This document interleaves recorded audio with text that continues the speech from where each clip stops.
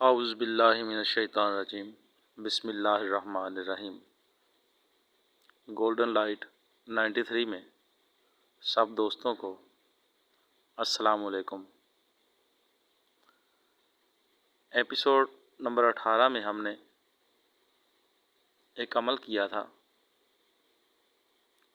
जिसमें हमने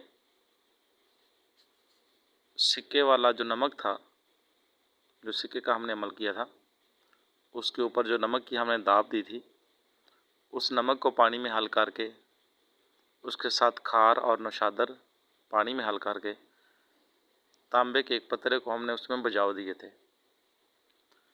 वो मैंने 2 या 3 बुझाव देकर आपको दिखाया था अमल। उसके बाद का जो बाकी अमल है वो हम आज मुकम्मल करते हैं। एक तो चूल्हे पर पतरे को हीट नहीं आ रही थी सही, इसलिए मैंने वो अमल बंद कर दिया था।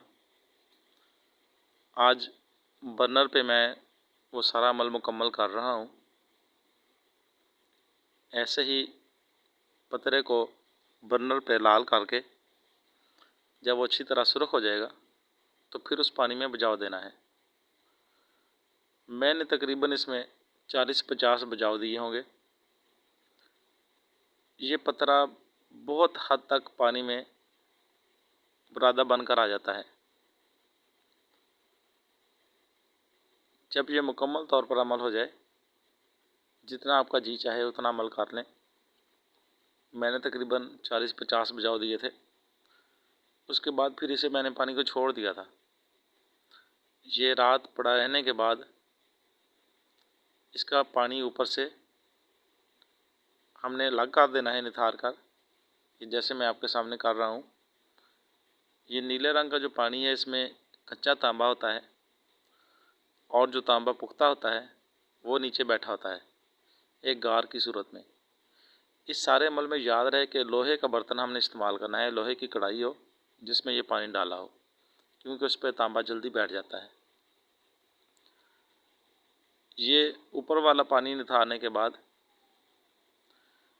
जो नीचे गार सी बैठी होगी, इस गार को अलग बर्तन में ले लेंगे, ऊपर का पानी अलग कर लेना है। मेरे पास कोई शीशे का जार बड़ा नहीं था, इसलिए मैंने इसे एक शीशे के जग में निकाल दिया है। ये सारी गार इकट्ठी करके फिर इसको जग में निकाल लूँगा। आप भाई इसे देख सकते हैं, इसमें कुछ तांबे के बड़े बड़े टुकड़े भी होंगे जो हमने बाद में निकाल लेने हैं। ये सारा ऊपर से निकाला हुआ पानी अलग है और जो नीचे गार थी वो मैंने इस जग में अलग ले ली थी। आप देख सकते हैं कि तकरीबन 15-20 मिनट में ही इसमें ये नीचे एक तह सी बैठ गई है। जो हमारा तांबा बुरादा होकर आया था वो सारा इसमें बैठ चुका है और ये वो पतरा रह गया है। साइडों से सिर्फ इसके किनारे रह गए हैं, दरमियान इसका सारा पानी में हल होकर आ चुका है।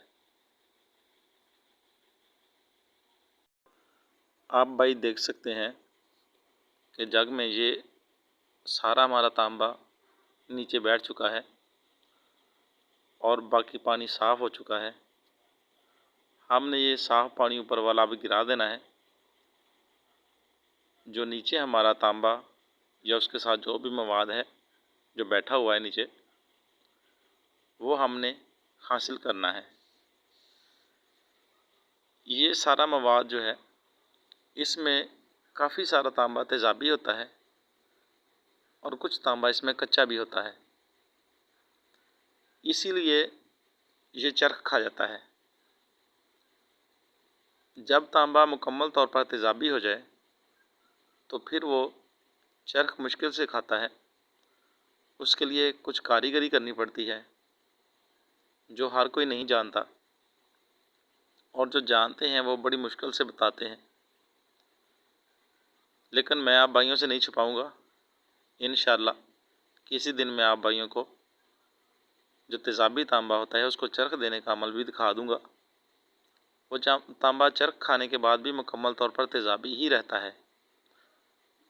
हालांकि बाज़ औक़ात कुछ दोस्त दिखाते हैं तेज़ाबी तांबे को चरख देने का अमल, लेकिन जब वो चरख खाता है तो फिर कच्चा हो जाता है। लेकिन जब हम उसे चरख देंगे तो इंशाल्लाह वो कच्चा नहीं होगा, वो तेज़ाबी ही रहेगा। ये ऊपर वाला पानी गिराने के बाद जो नीचे हमारा मवाद बैठा हुआ था वो सारा निकाल कर इस बीकर में मैंने डाल दिया है। इसमें ये जल्दी साफ़ हो जाता है, पानी जो है वो साफ़ हो जाएगा और नीचे हमारी गार वगैरह जो भी है बैठी होगी उसको हमने हासिल करना है।